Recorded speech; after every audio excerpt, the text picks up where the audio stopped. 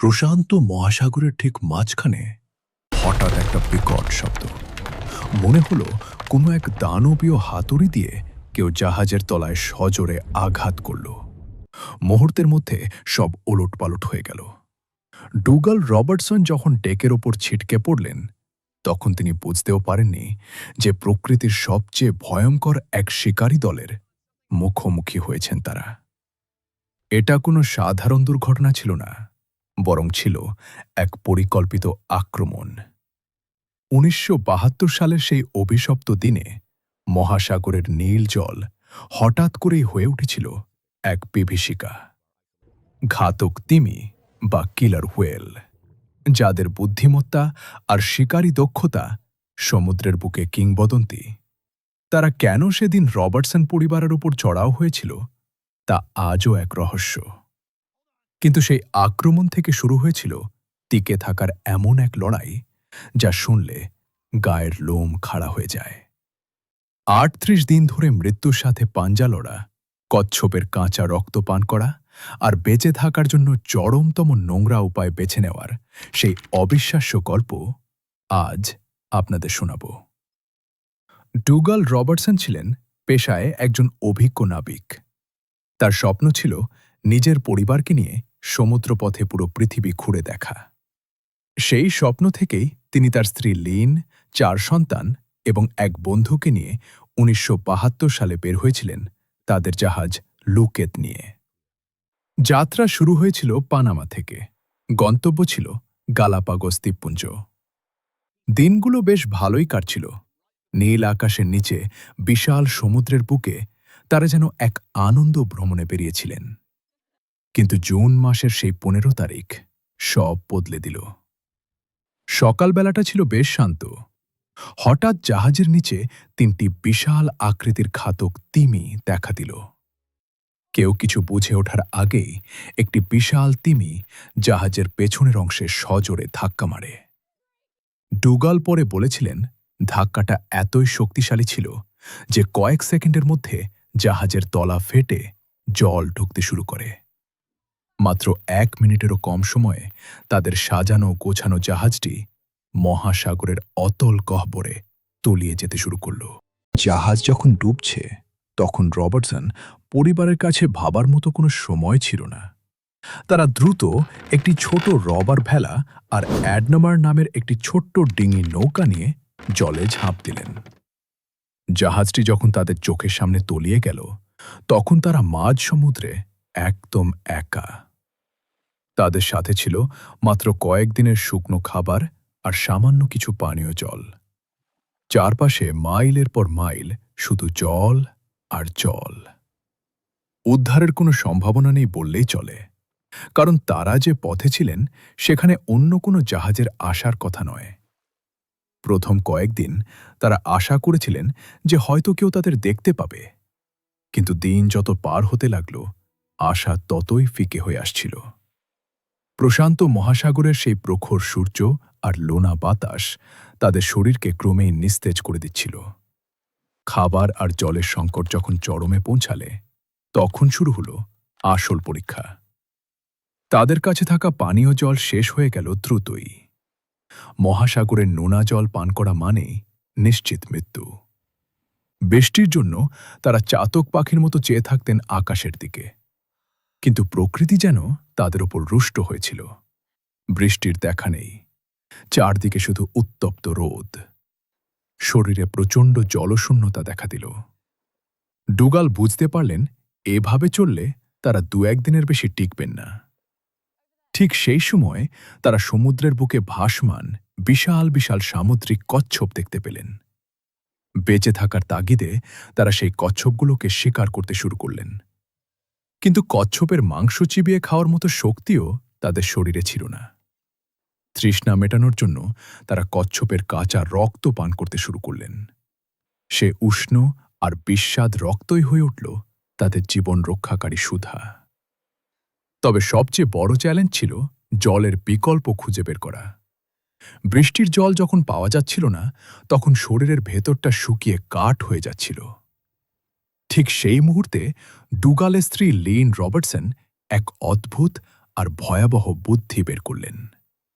Lim পেশায় ছিলেন একজন অভিজ্ঞ সেবিকা। তিনি জানতেন নোনা জল পান করলে মানুষ দ্রুত মারা যায়, কারণ পাকস্থলী সেই লবণ সহ্য করতে পারে না। কিন্তু শরীরের অন্ত্রের মাধ্যমে যদি জল শোষণ করানো যায়, তবে লবণ হয়তো রক্তে সরাসরি মিশে ক্ষতি করবে না।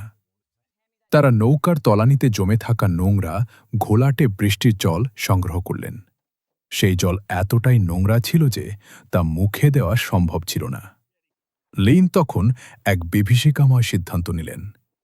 তিনি সেই নোংরা জল দিয়ে পরিবারের সদস্যদের অ্যানিমা দেওয়ার ব্যবস্থা করলেন।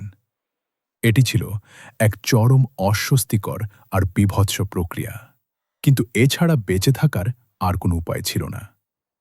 সেই নোংরা জল শরীরের ভেতরে পাঠিয়েই তারা তাদের অঙ্গপ্রত্যঙ্গগুলোকে সচল রাখতে সক্ষম হলেন। অবিশ্বাস্য মনে হলেও এই চিকিৎসাবিদ্যার অদ্ভুত প্রয়োগই তাদের মৃত্যুর মুখ থেকে ফিরিয়ে এনেছিল। দিনের পর দিন কেটে যাচ্ছিল।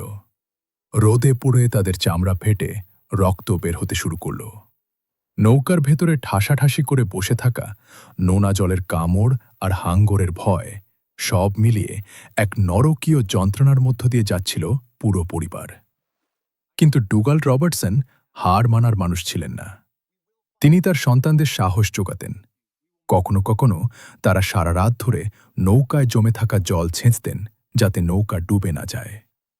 ক্ষুধার জ্বালায় তারা সামুদ্রিক উট্টুকু মাছ ধরে কাঁচাই খেয়ে ফেলতেন। তাদের ডায়েরিতে তারা লিখেছিলেন, মাছের চোখ আর লিভার ছিল তাদের কাছে রাজকীয় খাবারের মতো। সেই প্রতিকূল পরিবেশে মানুষের আদিম প্রবৃত্তিগুলো জেগে উঠেছিল। তারা জানতেন এক মুহূর্তের অসতর্কতা মানেই নীল জলের নিচে হারিয়ে যাওয়া। ৩৮তম দিনে যখন তাদের সব শক্তি শেষ হয়ে এসেছে, তখন দিগন্তে একটি ছোট বিন্দু দেখা দিল। ডুগাল প্রথমে ভেবেছিলেন এটা হয়তো তার চোখের ভুল বা কোনো মতিভ্রম, কিন্তু বিন্দুটি ধীরে ধীরে বড় হতে শুরু করল।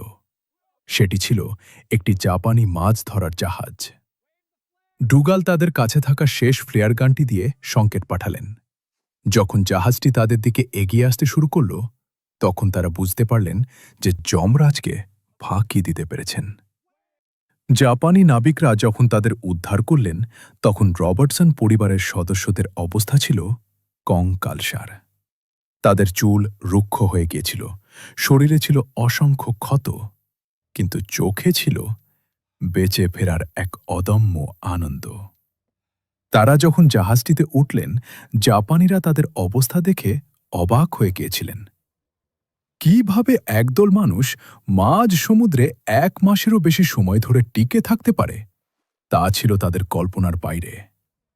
ডুগাল রবার্টসন এবং তার পরিবারের এই গল্পটি আমাদের শেখায় যে মানুষের ইচ্ছাশক্তি কতটা শক্তিশালী হতে পারে। যখন চারদিকে কোনো আশা থাকে না, যখন মৃত্যু দরজায় কড়া নাড়ে, তখনও মানুষ বুদ্ধি আর ধৈর্য দিয়ে অসম্ভবকে সম্ভব করতে পারে। কিলার হুয়েলের সেই ভয়াবহ আক্রমণ থেকে শুরু হওয়া এই যাত্রা শেষ হয়েছিল এক বিজয় গাথা দিয়ে। লিন রবার্টসনের সেই তড়িৎ বুদ্ধি আর চিকিৎসাবিদ্যার অভিনব প্রয়োগ আজও মানুষকে অবাক করে দেয়। তারা প্রমাণ করেছিলেন যে মহাসাগরের বিশালতার চেয়ে মানুষের টিকে থাকার জেদ অনেক বেশি বড়। ১৯৭২ সালের সেই ঘটনা আজ ইতিহাসের পাতায় এক অনন্য দৃষ্টান্ত হয়ে আছে। রবার্টসন পরিবারের সেই ৩৮ দিনের যন্ত্রণাময় কিন্তু অনুপ্রেরণামূলক সংগ্রাম আমাদের মনে করিয়ে দেয়, জীবনকে ভালোবাসলে জীবনও আপনাকে রক্ষা করার কোনো না কোনো পথ ঠিকই খুঁজে দেয়।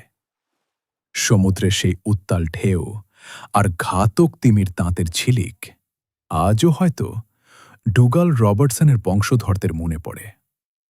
কিন্তু তারা যখন পেছনের দিকে তাকান, তখন ভয় নয়, বরং নিজেদের অদম্য সাহসের কথাই গর্বের সাথে স্মরণ করেন। এই পৃথিবীটা যেমন সুন্দর, তেমনি এর বিপদগুলোও অদ্ভুত।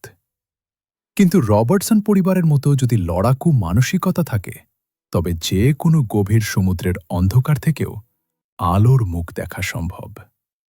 তারা শুধু বেঁচে ফেরেননি, তারা আমাদের দিয়ে গেছেন এক অবিনশ্বর বেঁচে থাকার লড়াইয়ের গল্প। আপনি কি মনে করেন এমন পরিস্থিতিতে পড়লে আপনি রবার্টসন পরিবারের মতো ধৈর্য আর উপস্থিত বুদ্ধি দেখাতে পারতেন? আমাকে কমেন্টে জানান। পরবর্তী ভিডিওতে দেখা হবে এমন কোনো রোমাঞ্চকর আর রোমহর্ষক সত্য কাহিনী নিয়ে।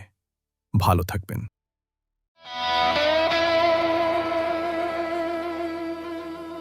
Almost gone.